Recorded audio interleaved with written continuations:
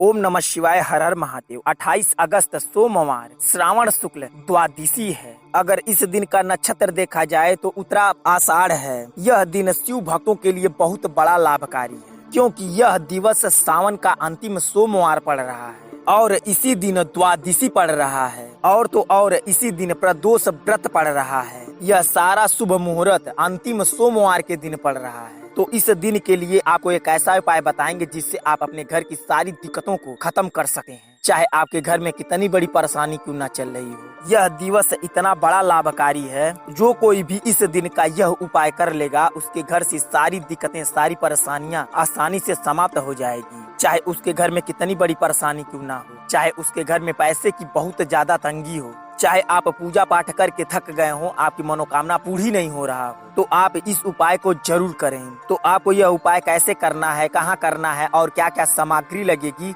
सब बताए हैं इस वीडियो में। तो इस वीडियो को बेहद ध्यान से देखें और पूरा देखें। बताने से पहले आपको बता दें, अगर आप भोलेनाथ के सच्चे भक्त हो तो इस वीडियो को लाइक कर दें और चैनल को सब्सक्राइब करके बेल आइकन दबा लें। आपको इस उपाय के लिए सबसे पहले लेना है बेलपत्री। हाँ, इस बात का बेहद ध्यान रखें, जब आप बेलपत्री तोड़ने जाते हो तो वहाँ पर बेल महाराज से आग्रह करके बेल मांग कर तभी बेलपत्री तोड़ें। आपको कम से कम 3 बेलपत्री लेना है और आपको थोड़ा सा शहद लेना है और आपको चंदन ले लेना है। इन सारी सामग्रियों के साथ साथ आपको 1 लोटा जल ले लेना है। यह सारा सब कुछ लेकर आप चले जाएं शिव मंदिर पर। हाँ, आप जब शिव मंदिर पर जाएं तो सबसे पहले घंटी को बजाकर आपको हर हर महादेव का एक बार नारा मन में या पूरा जयकारा की तरह लगा लेना है। अब आप जब शिव मंदिर पर चले जाएं, शिवलिंग के सामने बैठ रहे हो तो इस बात का बेहद ध्यान रखना है कि आपका मुख बिल्कुल उत्तर और पूरब के बीचों बीच होना चाहिए। उत्तर और पूरब के बीचों बीच आपको बैठना है। कई भाई बंधु कमेंट बॉक्स में पूछते हैं कि महाराज जी, हमारे मंदिर पर इस तरफ बैठने की जगह नहीं है। तो आपको इस बात का बेहद ध्यान रखना है, आप पूरब की दिशा की ओर मुंह करके बैठ सके हैं। यह बात आपको बता दें, जब शिव मंदिर बनाया जाता है तो इस दिशा का ध्यान में रख कर ही शिव मंदिर बनाया जाता है, ताकि कोई भी भक्त आकर यहाँ पर अच्छी तरीके से अपना पूजा पाठ कर ले। जब आप शिवलिंग के सामने बैठ जाएं तो आपको सबसे पहले, हाँ, एक बात और आपको बता दें, अपने साथ आम का या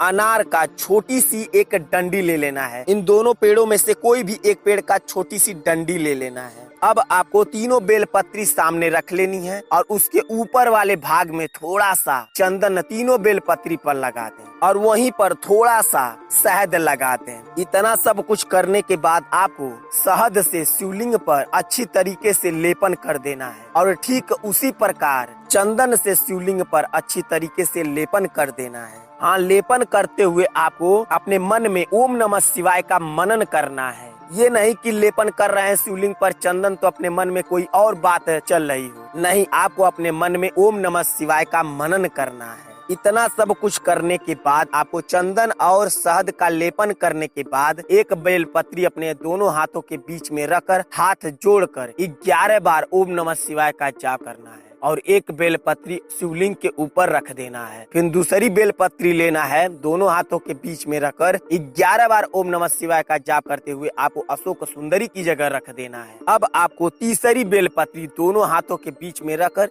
11 बार ओम नमः शिवाय का जाप करते हुए आपको जलधारी के बिल्कुल सीधाई पर रख देना है। इतना सब कुछ करने के बाद अब आपको लोटे का जल लेना है। अब आपको ओम नमः शिवाय का जाप करते हुए आपको शिवलिंग पर धीरे धीरे जल ढालना है। इस बात का बेहद ध्यान रखें, जब आप लोटे का जल शिवलिंग पर डाल रहे हो तो आपको श्री शिवाय नमस्तुभ्यम का जाप करना है। और कब तक जाप करना है? जब तक लोटे का जल बिल्कुल गिर ना जाए।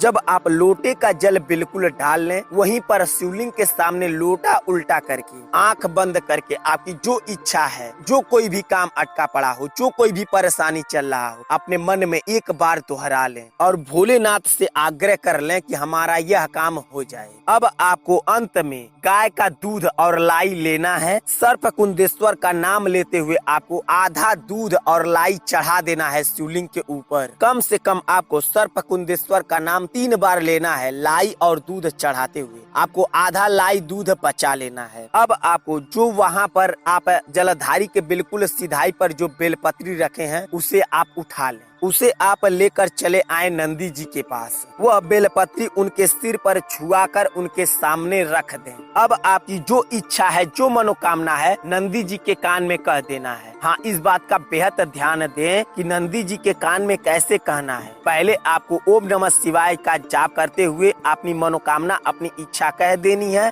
और ओम नमः शिवाय का जाप करते हुए अपनी इच्छा मनोकामना खत्म करनी है। एक बार और आपको बता देते हैं अपनी मनोकामना नंदी जी को कैसे कहनी है। और आज के दिन, पंचमी के दिन, नाग पंचमी के दिन, सोमवार के दिन यह जरूर करना है। इस नाग पंचमी के दिन सोमवार पड़ रहा है तो यह उपाय जरूर करें। नंदी जी के कान में अपनी इच्छा मनोकामना जरूर कहनी है। कैसे कहनी है एक बार और सुन लें। आपको नंदी जी के कान में जिस तरफ पैर उठा हो उसी कान में आपको ओम नमः शिवाय बोल देनी है और आपकी जो इच्छा है, जो मनोकामना है कह देनी है और ओम नमः शिवाय का जाप करते हुए आपको अपनी इच्छा मनोकामना खत्म कर लेनी है। इतना सब कुछ करने के बाद आपका यह उपाय पूर्ण होगा और आपकी जो इच्छा है, जो मनोकामना है अवश्य और शीघ्र ही पूर्ण होगा। अब आपको जैसे ही शाम होती है, जैसे ही सूर्य देवता डूब जाते हैं, जब आप अपने घर चले आए मंदिर पर से, तो जैसे ही शाम होती है, सूर्य देवता जब डूब जाते हैं, जो लालिमा छाई रहती है वह लालिमा खत्म ना होने पाए तो आपको क्या करना है, एक दिया लेना है और उसमें तिल का तेल डाल देना है और एक साफ सुथरी बाती लगा देना है। आपको वही दिया लेकर चले जाना है शिव मंदिर पर। हाँ, उसी शिव मंदिर पर जाएं जिस शिव मंदिर पर आप पूजा पाठ किए हो। वहाँ पर दिया जलाकर अपनी जो इच्छा है, जो मनोकामना है एक बार और कह दें और उस दिए का आंच लेकर अपने चेहरे पर कम से कम 11 बार लगा लें। इतना सब कुछ अगर आप ठीक तरीके से कर देते हैं तो आपकी जो इच्छा है, जो मनोकामना है वो अवश्य पूर्ण होगा और शीघ्र ही पूर्ण होगा। तो आप इस उपाय को अपने जीवन में जरूर अपनाएं और अपने जीवन को सुखमय बनाएं। ऐसा दिन बार बार नहीं आएगा। तो कमेंट बॉक्स में हर हर महादेव का नारा एक बार जरूर लगा दें। चलिए मिलते हैं आपसे अगली वीडियो में, तब तक के लिए श्री शिवाय नमस्तुभ्यम, हर हर महादेव।